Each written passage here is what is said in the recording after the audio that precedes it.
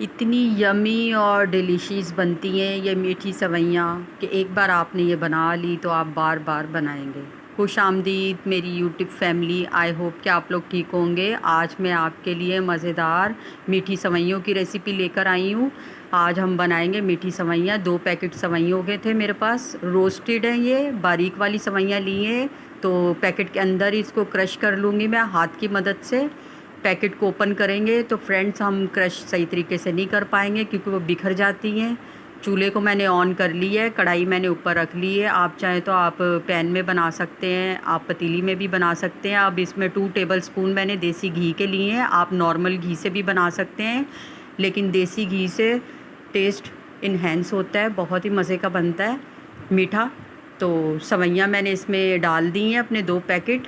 अब मैं इसको स्पून की मदद से स्टर करती रहूँगी इसी तरह से, और इसको भूनूंगी अच्छी तरह से, इसको रोस्ट कर लूँगी। इसका कलर देखें चेंज होता जा रहा है, गोल्डन की तरफ जा रहा है ये कलर। अब चूल्हे को लो ही रखेंगे, हाई फ्लेम पे नहीं करेंगे क्योंकि हमारी सेवइयाँ जल जाएंगी और जली हुई सेवइयाँ फिर अच्छी नहीं लगेंगी, टेस्टलेस हो जाएंगी। तो इस वजह से लो फ्लेम पर ही हम इसको रोस्ट करेंगे।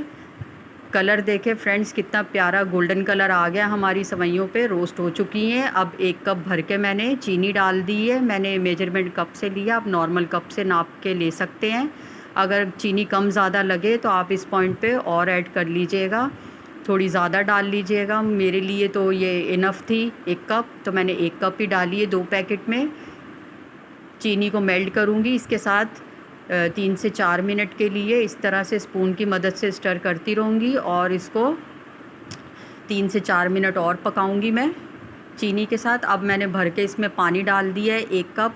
अब 1 कप और डाल दूँगी मैं। फ्रेंड्स इससे क्या है कि हमारी जो ये भुनी हुई सेवइयाँ हैं जो घी में हमने रोस्ट की हैं ये सॉफ़्ट हो जाएंगी। आप इसकी जगह दूध भी ले सकते हैं, लेकिन दूध से क्या है कि वो जुड़ी हुई बन जाती हैं, जुड़ जाती हैं आपस में। इस तरह से सेवइयाँ खिली खिली नहीं बनेंगी। तो पानी को एब्ज़ॉर्ब कर लिया है सेवइयों ने, देखें पानी हमारा ड्राई हो रहा है, बिल्कुल हल्का सा मॉइस्ट है। तो मैंने इस पॉइंट पे इसमें इलायची का पाउडर डाल दिया है 1 टीस्पून फ्लेवर के लिए। आप अगर इलायची का पाउडर नहीं पसंद करते तो आप केवड़ा वाटर भी ले सकते हैं, केवड़ा एसेंस भी यूज़ कर सकते हैं 1-2 ड्रॉप।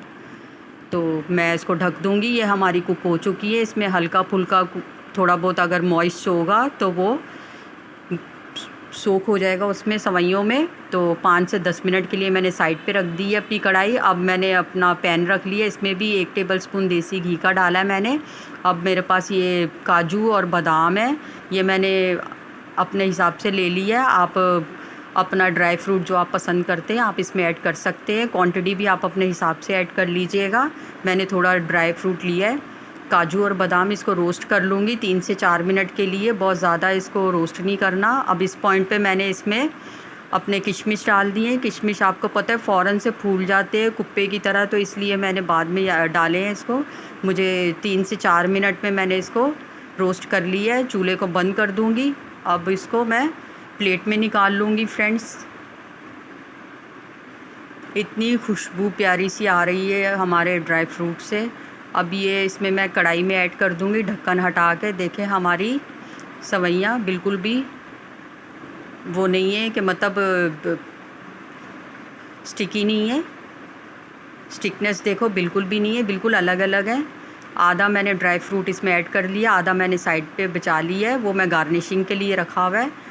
अगर थोड़ा बहुत आपको ये जुड़ी हुई लग भी रही है तो आप फोक के ज़रिए उसको अलग अलग कर सकते हैं। उसके लच्छे इस तरह से खोल लीजिएगा। तो मैंने भी इस तरह से खोल ली है। अब मैं प्लेट में निकाल के इसको सर्व करूँगी। आप अफ्तार की दावत में बना सकते हैं, आप ईद की दावत पे बना सकते हैं, अपने दस्तरखान की रौनक बना सकते हैं। बहुत ही यम्मी और डिलीशियस बनती हैं। तो मेरा तो आज खाने को बहुत दिल चाह रहा था, तो इस वजह से मैंने ये मीठी सेवइयाँ बनाई और रेसिपी भी आपके साथ शेयर की है। तो आप अपनी राय ज़रूर दीजिएगा कि आप किस तरीके से बनाते हैं, कमेंट में मुझे ज़रूर बताइएगा। मैंने अपनी रेसिपी आपसे शेयर की है, आप भी अपने तरीका मुझे बताइएगा। राय अच्छी हो या बुरी हो शेयर ज़रूर कीजिएगा, मुझे बहुत अच्छा लगता है, आपके कमेंट का इंतज़ार रहता है। तो मुझे अपनी दुआओं में याद रखिए। मिलते हैं नई रेसिपी में, तब तक के लिए बाय बाय।